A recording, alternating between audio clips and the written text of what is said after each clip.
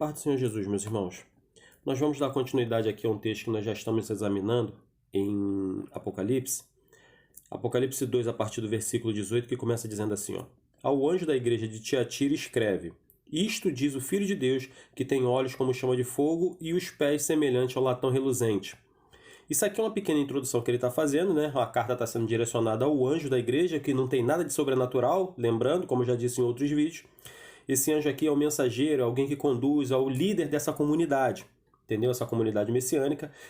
Então isso aqui é uma introdução dessa carta que estava sendo direcionada para esse líder, para ele conduzir. Mas vamos lá. E aqui essa parte aqui, ó, os olhos que... O Filho de Deus, que tem os olhos como chama de fogo e os pés semelhantes ao latão reluzente. Está fazendo menção aqui àquele texto de Deuteronômio 10, desculpe, a partir do versículo 5 e 6 ali, né, que vai falando a respeito do próprio Cristo, que ele tem os olhos como chama de fogo, o pé como latão reluzente, bronze polido. Então, só está fazendo menção aqui a Cristo, é uma introdução. Mas a partir do versículo 19, que é exatamente onde a gente vai se agarrar aqui, que tem muito a nos passar. Vamos lá. Eu conheço as tuas obras e a tua caridade. Em algumas versões vai estar amor aqui. E o teu serviço e a tua fé e a tua paciência. Outras versões vai estar perseverança. E que as tuas últimas obras são mais do que as primeiras. Aqui, ó, você vê que o Senhor está fazendo menção que as últimas obras desse povo é mais do que as primeiras. E esse aqui deveria ser o correto. Por quê? Você vê que hoje o povo, assim que se converte, tem aquele... a pessoa quer pregar para todo mundo, quer fazer tudo ao mesmo tempo, quer ler a Bíblia toda de uma só vez, entendeu? E isso acaba dando problema, entendeu? É daquele famoso fogo de palha, aquele incender muito rápido, daquela explosão e logo em seguida apaga, né? É o fogo de palha. Então, por quê? Muitas das vezes quando você quer pregar para todo mundo, mas você não conheceu as escrituras ainda. E nós temos que ser como crianças. E a criança, quando ela nasce, ela começa tomando aquele leite, né? Com o tempo vai aumentando o tipo de alimento, o alimento sólido vai crescendo. Tem que ser crescente, até que ela pode comer todo tipo de comida. E assim deveríamos ser nós na nossa caminhada espiritual. Nós não podemos tentar fazer tudo de uma só vez. Quando você inicia na sua fé, né, a fé em Cristo Jesus, a sua conversão, o que a gente precisa? Primeiro é se alimentar. Primeiro a gente crescer gradativamente. Porque todo aquele profissional, para ele atingir o ápice do seu profissionalismo, é necessário que ele venha primeiro ter uma série de estudo, cursos, entendeu? Profissionalizantes, para ele poder ficar um especialista naquela área dele, para aí então ele desempenhar a sua função. Desculpe. E isso deveria ser assim também na nossa fé. Porque nós temos que conhecer verdadeiramente as Escrituras para depois irmos buscarmos aqueles que verdadeiramente necessitam de nós aí pela rua, né? Pelo mundo afora. Não é assim? Então aqui, ó, eu sei que as tuas últimas obras são mais do que as primeiras. Isso aqui me remete diretamente para João 15:2, que diz assim, ó: Toda vara que em mim não dá fruto, atira. Em outras versões vai estar acorta. Olha que interessante. Toda vara que em mim não dá fruto, ele corta. Então, nós somos uma árvore, né?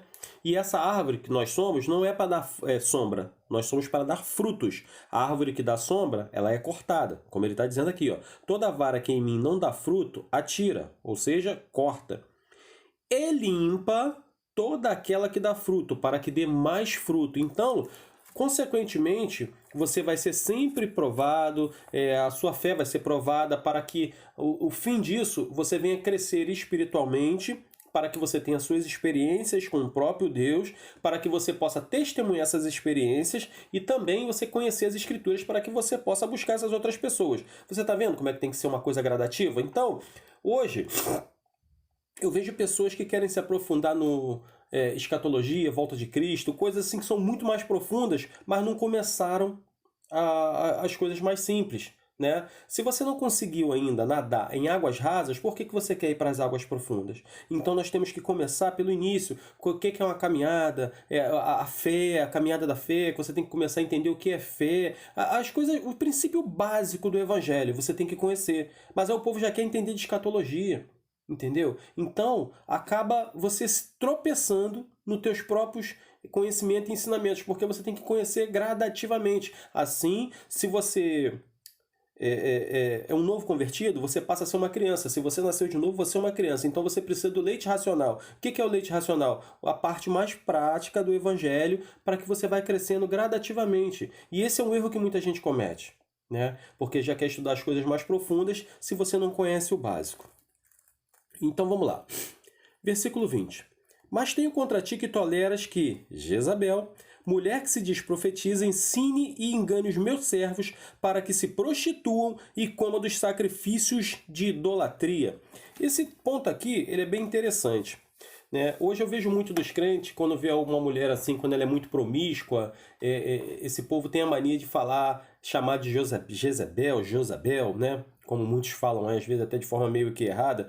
E o nome Jezabel é de origem hebraica, né? Que quer dizer Baal exalta, ou esposa de Baal também, né? Agora fica até um negócio complicado, né? Porque no hebraico não tem J e o nome é traduzido para o nosso idioma, fica Jezabel. Se não tem J, mas lá no hebraico é Izevel, Izebel, uma coisa assim. Mas vamos lá, isso não importa tanto assim. Mas aqui o texto, o próprio Senhor fala que tenho contra ti que toleras que Jezabel, mulher que se diz profetiza, que ensine os meus servos para que se prostituem como de sacrifício de idolatria. Esse erro aqui, Jezabel, ela casou com Acabe, que era um rei de Israel, e Acabe, sendo servo de Deus, né, rei de Israel, ele não poderia jamais ter casado com Jezabel. Por quê? O mesmo erro que Acabe cometeu aqui foi o que Salomão cometeu lá atrás. Ele feriu Deuteronômio 7, em que o povo de Israel não poderia casar com uma estrangeira. E Jezabel, ela era uma princesa sidoniana, né, que é da Fenícia. Então, automaticamente, ela era profetisa lá na terra dela, né, porque ela era profetisa de Baal, tanto que ela teve os 400 profetas de Baal, inclusive usou o dinheiro do povo de Israel, né, um dinheiro público, para promover, para sustentar os 400 profetas de Baal que ela tinha, 450, se não me falha a memória, e também para promover, fazer templos de Baal. Ela usou o dinheiro público para isso, né? E aí é que está o problema da gente tolerar esse tipo de coisa. Mas vejamos aqui, ó, a própria Jezabel, melhor dizendo, Acabe, que tolerou Jezabel, ele casou com ela quando ele feriu Deuteronômio 7. O mesmo erro de Salomão, a mesma coisa. Se aparentou com uma mulher estrangeira a qual não deveria, né? Então, ela também adorava Baal, adorava Zerá, né? Um monte de deuses pagãos aí. Nesse meio termo, quando ela veio para cá, ela era esposa do rei, então automaticamente ela começou a induzir todo Israel aos seus sacrifícios de idolatria, entendeu? Mas muita gente hoje, como eu estava falando aqui, eu acabei que eu nem concluí, quando vê uma mulher assim que ela tem muitos namorados, assim, não vou entrar muito no detalhe, mas você está entendendo o que eu quero te falar, né? Uma prostituta, eles chamam de Jezabel. Mas Jezabel, em nenhuma parte da Bíblia, nós vemos lá a história dela contada lá em 1 Reis, você pode ver que você não vê. Não tem relato nenhum que Jezabel era uma prostituta. Mas qual era a prostituição que ela incentivava? Incentivava o povo à prostituição espiritual. Não que a carnal seja aceita por Deus, que também não é. Mas nesse caso aqui, o que estava tratando era a prostituição espiritual, que é o que mais o povo tem tolerado. Entendeu? E ela induziu o povo a comer desses sacrifícios de idolatria. Quando nós vemos lá, por exemplo, o livro de Oséias, né? O próprio Senhor, ele mandou que Oséias casasse com uma prostituta para representar o que o povo de Israel fazia com o próprio Deus. Entendeu? Uma prostituição, ou seja, nós somos noiva de Cristo e quando Oséias pegou uma mulher de prostituição, automaticamente era o casamento. Ou seja, esse casamento é você servindo fielmente a Cristo, certo? E quando essa mulher ela ia se deitar com outro homem, ela traía Oséias. Então, se nós somos o noiva de Cristo hoje, e nós se deitamos em outras doutrinas que não são a de Cristo, o nome disso é prostituição, é adultério, mas é um adultério espiritual, que o Senhor usou para mencionar através do casamento de Oséias com a mulher prostituta. Então nós precisamos compreender o que está sendo dito aqui. Não que, como eu vou repetir, a prostituição carnal, ela não é aceita pelo Senhor, mas o que está sendo tratado aqui é prostituição espiritual. Tanto que ele fala aqui, ó, que prostituam e comam dos sacrifícios de idolatria. E o que é idolatria? Não foi o que Jezabel difundiu no meio do povo de Israel durante todo o seu reinado? É um negócio que é bem complicado. Então a gente precisa conhecer as histórias bíblicas do que está sendo dito para a gente entender o que está sendo falado aqui. Entendeu? Que por incrível que pareça, Quando você vai estudar a história de Jezabel, você vê que ela era uma boa mãe e uma boa esposa. Entendeu? Embora fosse uma idólatra, induziu a Acabe a fazer um monte de besteira porque ela tinha um gênio muito forte e era ela que dominava a casa, entendeu? Tanto que ela desandou todo Israel por conta do que ela fazia e Acabe praticamente não teve forças para lidar com ela. Por quê? Por isso que o Senhor sempre falava, né? Fala lá em Deuteronômio 7, para que você não se aparente com mulheres estrangeiras, ou seja, julgo desigual. Porque provavelmente irá corromper o seu coração para se afastar de mim. E não foi o que aconteceu com Acabe? Não foi o que aconteceu com o próprio Salomão? Com toda a sabedoria que recebeu da parte de Deus e ainda assim ele ainda caiu nisso? Por quê? Ele recebeu a sabedoria da parte de Deus, mas ele já recebeu desobedecendo. Em 1 Reis 3, fala do próprio Salomão que ele se aparentou com a filha de Faraó, ou seja, uma estrangeira. Já começou desobedecendo. Então, desobediência só dá problema, certo? Nós vamos continuar aqui, ó. E dei-lhe tempo para que se arrependesse da sua prostituição e não se arrependeu. Olha que interessante. Ele deu tempo. Quanto tempo tem que Jezabel ficou lá, reinou, conseguiu, com o passar do tempo, ela começou a perseguir o Elias, promoveu a perseguição aos profetas de Deus. Não foi assim que ela fez? E isso tudo era o Senhor dando tempo para que ela se arrependesse. Porém, foi o que ela fez? Ela não se arrependeu. Ela morreu na idolatria. E quem morre na idolatria, para onde que vai? E eis que, porém, numa cama, e sobre os que adulteram com ela virá grande tribulação, se não se arrependerem das suas obras. Ou seja, nesse caso aqui, ele está falando que vai pôr numa cama, ele vai adoecer. Os que adulteram com ela. Mas qual era o adultério? Já que ela não se prostituía, ela não adulterava, mas ela promovia a prostituição espiritual, o Senhor falou que vai atribular esses que estão seguindo desses sacrifícios. E hoje, muito de nós, por conta de não entendermos do que a Escritura está falando, estamos seguindo sacrifícios espirituais, sacrifícios de idolatria, por conta de estarem seguindo falsas doutrinas, falsos ensinamentos que está difundido no meio do povo de Deus e o povo não percebe. Entendeu? Porque o povo lê livros e acham que o livro é baseado nas Escrituras, mas não conhece as Escrituras para poder avaliar se está certo ou não. Aí é que está o grande problema. Entendeu? E o Senhor está falando aqui que vai vir uma grande tribulação, que ele vai tratar com tribulação esse povo que está seguindo essas obras. Então, que vale hoje, muita gente fala, como é que é? Deus não leva em conta o tempo da ignorância, mas essa ignorância, quando você vai lá pro grego buscar o que está dizendo, é agnoia. E agnoia quer dizer o quê? Falta do conhecimento das coisas de Deus. Então isso já não cabe mais, o tempo de ignorância não cabe mais para nós. Porque uma vez você se convertendo, crescendo diante de Cristo, como servo dele, a ignorância não pode mais ser nomeada na sua boca.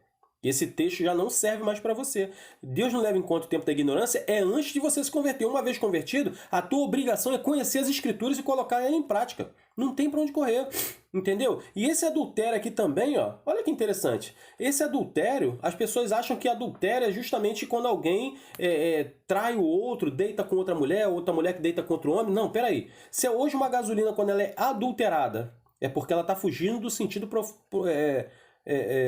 propósito original. Não é isso que ele está falando? Então, o adultério pode ser simplesmente você fugir o propósito original. E qual é o propósito original para a tua vida? É adorar a Deus, não a outros deuses. Entendeu? E adultério aqui, ó, quer dizer uma expressão idiomática hebraica, né? Uma palavra usada daquele que, pela solicitação de uma mulher, são levados a idolatrias e comer coisa sacrificada. Não foi exatamente o que aconteceu com Acabe? Por causa de uma mulher, ele foi levado à prostituição espiritual, comer sacrifício de idolatria, né? Ele foi levado tudo isso por conta de quê? De uma mulher. Entendeu? E a mulher hoje é o símbolo da igreja. Então você presta atenção que talvez hoje a igreja que você está seguindo, ela está fazendo você se deitar com umas doutrinas que não são a de Deus.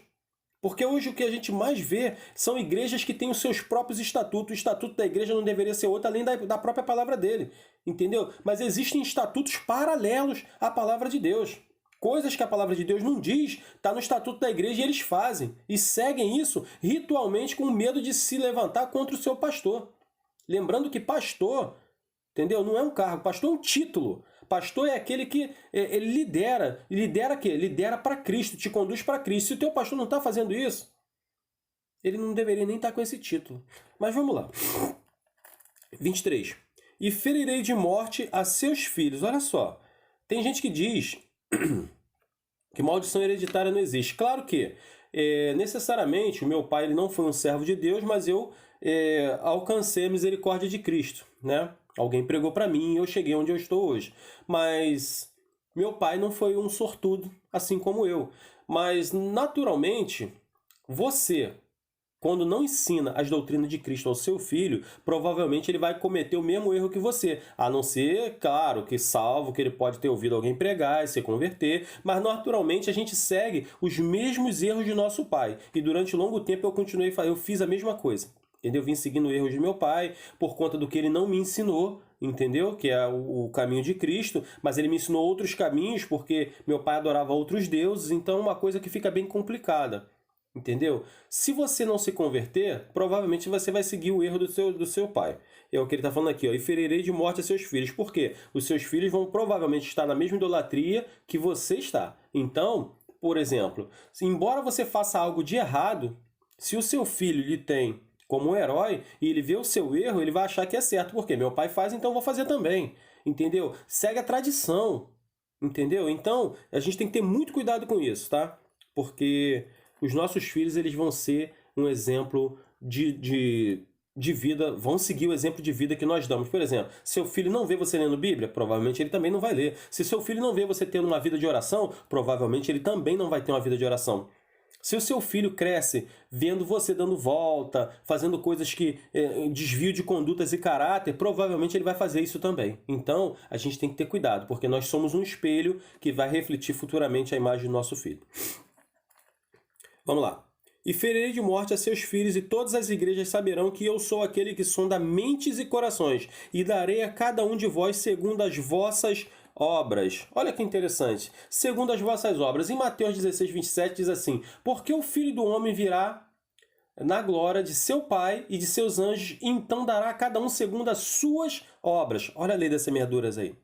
Entendeu? A lei da semeadura ela impera e ninguém vai ter como escapar dela. E também Salmos 62:12 que continua dizendo assim, ó: a ti também pertence a misericórdia, porque retribuídas serão a cada um segundo as suas obras.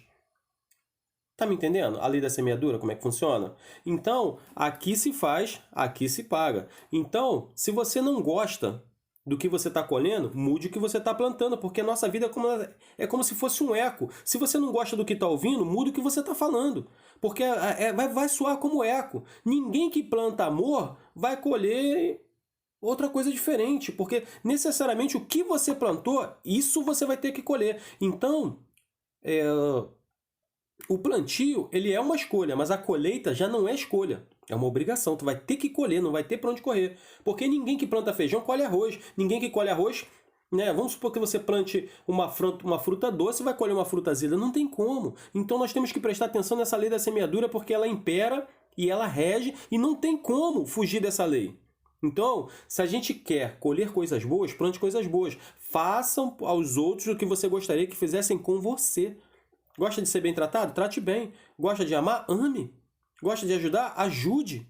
Entendeu? Gosta de ser ajudado? Ajude. Primeiro você tem que fazer. Só que o problema é que nós queremos primeiro receber para depois fazer. Então, qual é o propósito aqui? Gosta de ajudar as pessoas? Aprenda as escrituras, conheça as escrituras e vai pregar para aquele que precisa. Porque isso é juntar tesouro no céu. Porque automaticamente, quando eu conheço as escrituras, me proponho a estudar, a trabalhar aqui para Deus, examinando as escrituras, para ir alcançar aqueles que são mais frágeis na fé, isso eu estou fazendo o quê? Estou ajuntando meu tesouro lá em cima no céu, que é o lugar certo de ajuntar. Então, cada um receberá de acordo com as suas obras. Ou seja, também em Salmos, agora não lembro a referência, que diz que fartar-se-ão dos frutos dos seus próprios caminhos. Se eu não me engano, acho que não é Salmo, não é. É Provérbios, desculpa. Fartar-se-ão dos frutos dos seus próprios caminhos. Ou seja, se você acha que você pode andar com as suas pernas, e o nosso entendimento sempre nos leva para caminhos de morte, você vai se fartar disso daí que ele está falando. Não tem para onde correr. Então, nós precisamos estar atentos a isso. Vamos lá. Mas eu vos digo a vós e aos restantes que estão em Tiatira, e a todos quantos não têm esta doutrina e não conheceram, como dizem, as profundezas de Satanás, que em outra carga vos não porei. Ou seja, por que ele fala das profundezas de Satanás aqui? Porque era um antro que era Era ensinado o falso ensino de grande forma ali. E muitas das pessoas eram que estavam seguindo. Mas tinha alguns ali que ainda estavam se guardando. Quem eram esses? Esses aqui, ó. Desculpa, o que estão sendo citados aqui no versículo 19, ó. E que as suas últimas obras são maiores que as primeiras. Ou seja, era alguém que estava verdadeiramente em Cristo e estava se guardando. Entendeu? Então ele fala aqui, ó. Mas eu vos digo a vós e aos restantes que estão em Tiatira e a todos quantos não têm esta doutrina e não conheceram, como dizem, as profundezas de Satanás, então você estava fora dessa doutrina aqui, ele está fazendo menção. E que outra carga vos não porei.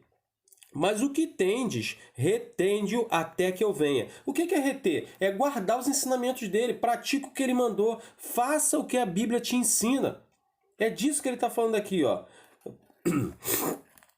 E retende até que eu venha, ou seja, se guarde em Cristo. E ao que vencer e guardar até o fim as minhas obras, eu lhe darei o poder sobre as nações. Esse poder aqui, as pessoas acham que é aquele poder do reteté, é pular, sapatear. Não, não é isso. O que ele está falando aqui é o poder de julgar. Mas como julgar? Julgar à luz das Escrituras, como diz lá em João 7,24. Não é aquele poder de pular, sapatear, rodar, não é desse poder que ele está falando aqui. E ao que vencer e guardar. Guardar consiste, vem do grego terel, que quer dizer atender cuidadosamente, né? Até ao fim as minhas obras. Ou seja, tem gente aí que eu já ouvi tinha um colega meu que ele falava sobre isso, que ele não precisava praticar nada porque Cristo já praticou tudo por ele. Não é bem assim. Então, por que ele também, a palavra diz que sede santos, assim como aquele que vos chamou? Então, eu tenho que praticar as obras de Cristo para parecer com Cristo. E nós precisamos compreender essa parte. Eu vou praticar para ser salvo? Não, mas porque eu creio em Cristo, eu tenho que praticar o que ele praticou. Eu tenho que conhecer as Escrituras, pregar para aquele que precisa, entendeu? Fazer minhas obras de caridade. Entendeu? Porque isso é cuidar do templo. Cuidar do templo do Espírito Santo de Deus é ajudar aqueles que verdadeiramente necessitam. Porque hoje o povo ajuda o templo de construção, dá tudo que tem lá para dentro, né? Que nem agora na época do frio. Muitas das igrejas hoje estão fazendo campanha do agasalho, né? E isso é uma vergonha, porque eles pegam o agasalho, em vez de eles doar para aqueles que necessitam, eles pegam e fazem um bazar. Muitas igrejas agora estão com bazar na porta delas aí, isso me deixa muito triste. Entendeu? Pedem doações com a desculpa de querer ajudar o próximo, aí fazem um bazar, vendem e guardam dinheiro. E esse dinheiro vai para onde? Não era mais fácil? Se o casaco já está ali e foi doado, não era mais fácil você doar para aquele que precisa ou você vender para pegar o dinheiro e sabe lá o que eles fazem com esse dinheiro? Porque o dinheiro some. Tudo dentro da igreja hoje é baseado no dinheiro. Das igrejas, né? Melhor dizendo. Vamos lá. E ao que vencer e guardar até o fim as minhas obras, eu lhe darei o poder sobre as nações. Esse poder aqui, lembrando, não é o poder de reteté, tá? E com a vara de ferro as regerá. Por que vara de ferro? Vara de ferro é a sã doutrina, é a palavra de Deus. Como é que eu vou reger? Porque eu vou julgar as obras das pessoas à luz das Escrituras, ou seja, eu vou julgar o que você está fazendo à luz das Escrituras a fim de que você entenda que você está fazendo errado para que você venha se converter e fazer o certo. É o que a Bíblia manda, entendeu? Essa é a vara de ferro aqui que a gente vai reger. Entendeu? A gente não vai sentar em trono nenhum para julgar ninguém, entendeu? Nós vamos julgar as obras à luz das Escrituras a fim de que essa pessoa se converta. É isso que ele está falando aqui. Vamos lá. E com vara de ferro as regerá, e serão quebradas como vaso do olheiro. Aqui, ó, vaso do olheiro nos remete automaticamente lá para Jeremias 18, ali no versículo 4, que o próprio olheiro, quando ele não estava satisfeito ali, ele quebrou o vaso e ele remoldou. Então, olha só como é que isso faz a gente entender melhor ainda. Ó. Com vara de ferro as regerá, e serão quebradas como vaso do olheiro. E justamente nessa passagem lá de Jeremias 18... o olheiro ele quebra o vaso e ele o refaz. Então, com a vara de ferro, que é os ensinamentos de Cristo, eu vou julgar as obras contraditórias às escrituras dessas pessoas, e essas pessoas vão se quebrar e o olheiro vai moldar novamente. E só quem tem o poder para fazer isso é o próprio Cristo, através de sua palavra. Então, olha como é que deixa bem claro aqui que, na verdade, reger com vara de ferro é os ensinamentos de Cristo e não tem nada a ver de eu estar sentado num trono julgando ninguém. É julgando as obras. Eu amo as pessoas e julgo as suas obras. Entendeu? É o que ele está deixando bem claro aqui, ó. E com vara de ferro as regerá, e serão quebradas como vasos de oleiro, como também recebi de meu pai, e dar-lhe-ei a estrela da manhã. A estrela da manhã, ela aparece nas noites mais frias e nas noites mais escuras, nas noites mais obscuras. Isso faz menção de quê? Do próprio Cristo aparecendo, desculpa, depois do grande tribulação, aquele propósito, a perseguição que haverá sobre os servos de Deus aqui na terra, ele vai voltar e ele vai nos tirar desse lugar. Entendeu? Depois de grande tribulação. Então a estrela da manhã faz menção a isso. Quem tem ouvidos, ouça. Lembrando que ouvir é atender, né? É entender com a mente. Desculpa, meus irmãos. Quem tem ouvidos, ouça. E o que o Espírito diz às igrejas. Então, ouça. O que é ouvir? É entender com a mente, aplicar na sua vida, entender com o coração, colocar em prática. Não é somente ouvir. Quem tem ouvidos, ouça. Ou seja, quem tem ouvidos, entenda com a mente. É disso que ele está falando. Então aqui, meus irmãos, já dá para a gente finalizar. E mais para frente eu vou fazer agora a quinta carta, que é a Igreja de Sardes. Que o Senhor nos abençoe em nome de Jesus.